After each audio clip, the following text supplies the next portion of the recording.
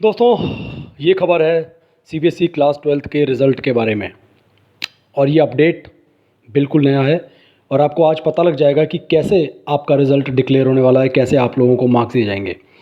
तो अगर चैनल पर पहली बार नए आए हैं तो सब्सक्राइब कर लेना बेल के नोटिफिकेशन के साथ, और लाइक करे बिना मत जाना, क्योंकि आज का वीडियो आपके सारे डाउट्स क्लियर कर देगा कि किस तरीके से आपका जो रिज़ल्ट तैयार किया जा रहा है क्लास 12th का 2021 में जो बोर्ड एग्ज़ाम नहीं हुए हैं उनके लिए, वो मैं आज आपको इस वीडियो में बिल्कुल क्लियर कर दूंगा। जैसा हम सब जानते हैं, 1 जून को गवर्नमेंट ने कोविड की वजह से एग्ज़ाम्स को कैंसिल कर दिया जाता और फिर ये बोला गया था कि सीबीएसई एक ऑब्जेक्टिव क्राइटेरिया बनाएगी जिसके बेसिस पर स्टूडेंट्स को मार्क्स दिए जाएंगे। ठीक है, अब मैं आपको ये बता देता हूँ कि क्या हो रहा है और किस तरीके से वो ऑब्जेक्टिव क्राइटेरिया डिसाइड किया गया है। ऑलमोस्ट वो फाइनलाइज कर दिया गया है। 3 जून को सुप्रीम कोर्ट ने सीबीएसई को 2 हफ्ते का टाइम दिया था कि आप इवैल्यूएशन क्राइटेरिया तैयार करिए।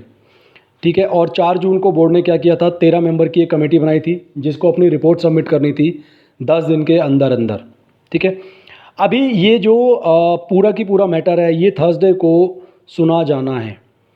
अब सवाल ये है कि क्या हुआ है, इस कमेटी ने क्या करा। इस कमेटी ने क्या करा, बेसिकली उन्होंने बहुत सारे स्कूल्स के साथ डिस्कशन करी, जैसे नवोदय विद्यालय हैं, प्रिंसिपल्स हैं अदर सीबीएसई स्कूल्स के, और उन्हें ये समझ में आया कि यार पूरे साल ना 12th के स्टूडेंट्स के पास ज़्यादा ऑप्शंस नहीं थे। उनकी क्लासेस ऑलमोस्ट ऑनलाइन चली थी। ठीक है, उनका जो असेसमेंट है वो प्रॉपर तरीके से नहीं किया गया। तो इसलिए पैनल ने ये डिसाइड किया है कि सिर्फ क्लास 12th के परफॉर्मेंस के बेसिस पर अगर हम नंबर दे देंगे तो वो गलत होगा। ठीक है, हमें सिर्फ ये समझना है कि, और अगर खाली हम क्लास 10th का परफॉर्मेंस देखें वो भी गलत होगा। तो डाटा कलेक्ट किया गया काफ़ी हद तक और इवैल्यूएट भी किया गया उसको। ठीक है, इसी वजह से अब क्या किया गया, क्लास 11th एग्ज़ाम्स का जो हुआ था 2020 में, उनके एग्ज़ाम्स तो टाइम पर कंप्लीट हो गए थे, लॉकडाउन से पहले ही उनके एग्ज़ाम्स कंप्लीट हो गए थे। तो वो सारे एग्ज़ाम्स किए गए थे एक नॉर्मल कंडीशन के अंदर। बट अब ये फैसला लिया जा रहा है कि रिज़ल्ट तैयार किया जाएगा कैसे, क्लास 10th के फाइनल का रिज़ल्ट देखा जाएगा, क्लास 11th का रिज़ल्ट देखा जाएगा और आपका क्लास 12th का प्री बोर्ड का रिज़ल्ट देखा जाएगा। जी हाँ, ध्यान से सुनिए मेरी बात, दोबारा बता रहा हूँ मैं, आपका क्लास 10th का फाइनल का रिज़ल्ट, क्लास 11th का फाइनल का रिज़ल्ट और क्लास 12th का प्री बोर्ड का रिज़ल्ट। अब इसकी वेटेज कैसे होगी, क्लास 10th और क्लास 11th के वेटेज होगी 30% और जो क्लास 12th का प्री बोर्ड का रिज़ल्ट होगा उसको वेटेज दी जा रही है 40% की। जी हाँ, ठीक है। अच्छा, ये जो फॉर्मूला है ये अप्लाई होगा थ्योरी कंपोनेंट एग्जाम में, जो हो सकता है 70% या 80% हो आपके टोटल स्कोर का। बाकी जो रिजल्ट बेस्ड होगा वो होगा प्रैक्टिकल के परफॉर्मेंस के बेसिस पर। ठीक है, अभी देखो प्रैक्टिकल एग्जाम्स भी ढंग से कंडक्ट नहीं करवाए थे, कुछ प्रैक्टिकल एग्जाम्स अभी भी कंडक्ट करवाए जाने बाकी हैं। ठीक है, अभी तक ये रिपोर्ट तैयार की जा चुकी है और अब इसके बारे में फैसला लिया जाना है, क्योंकि कमेटी ये कह रही है कि हमें ज़्यादा वेटेज देनी चाहिए क्लास 12th के प्री बोर्ड्स को। इसीलिए जैसा मैंने आपको भी बताया 30-30-40 का रेशो है, 40% वेटेज दी जाएगी क्लास 12th के प्री बोर्ड्स को, और ये काफ़ी हद तक ठीक भी है।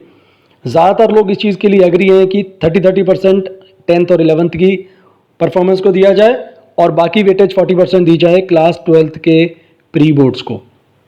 हालांकि कुछ लोगों ने, कुछ मेंबर्स ने ये भी बोला था कि क्लास 10th और क्लास 11th को मोर वेटेज देनी चाहिए, बट ज़्यादातर जो तैयारी की गई है वो क्लास 12th को प्री बोर्ड को ज़्यादा वेटेज दी गई है। अब जब कुछ स्कूल्स के प्रिंसिपल्स के साथ ये चीज़ डिस्कस की गई, ठीक है, तो अलग अलग प्रिंसिपल्स की अलग अलग राय थी। कुछ लोगों ने बोला, कुछ प्रिंसिपल्स ने बोला कि बहुत सारे स्टूडेंट्स हैं जो कॉम्पिटिटिव एग्जाम्स का प्रिपरेशन करते हैं, कोई को करिकुलर एक्टिविटीज़ में पार्टिसिपेट करते हैं क्लास 11th के अंदर, और वो एग्जाम्स को बहुत ज़्यादा सीरियसली लेते नहीं हैं।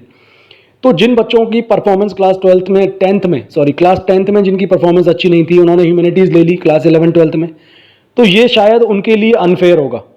बट वहीं कुछ प्रिंसिपल कह रहे हैं कि यार ये क्राइटेरिया बेस्ट क्राइटेरिया बनेगा, क्योंकि इसमें सभी बच्चों को तीनों क्लासेस के परफॉर्मेंस के बेस पर ही जज किया जा रहा है। अभी ऐसी सिचुएशन में देखो ये क्राइटेरिया सही लग रहा है, क्योंकि एक बात तो साफ है, कोई भी क्राइटेरिया 100% तो करेक्ट होगा नहीं और ना आप सभी को सेटिस्फाइड कर पाओगे। ठीक है, और कुछ ने क्या बोला है कि अच्छा, एक खबर ये भी है कि जो तीनों कंपोनेंट हैं वो थ्योरी के लिए कंसिडर किए जाएंगे और सब्जेक्ट टू सब्जेक्ट वेरी हो सकते हैं। अच्छा, ज़्यादातर सब सब्जेक्ट में आप देखो 70 मार्क्स का ही थ्योरी का पेपर होता है, कुछ हैं जिनमें 80 मार्क्स का भी होता है।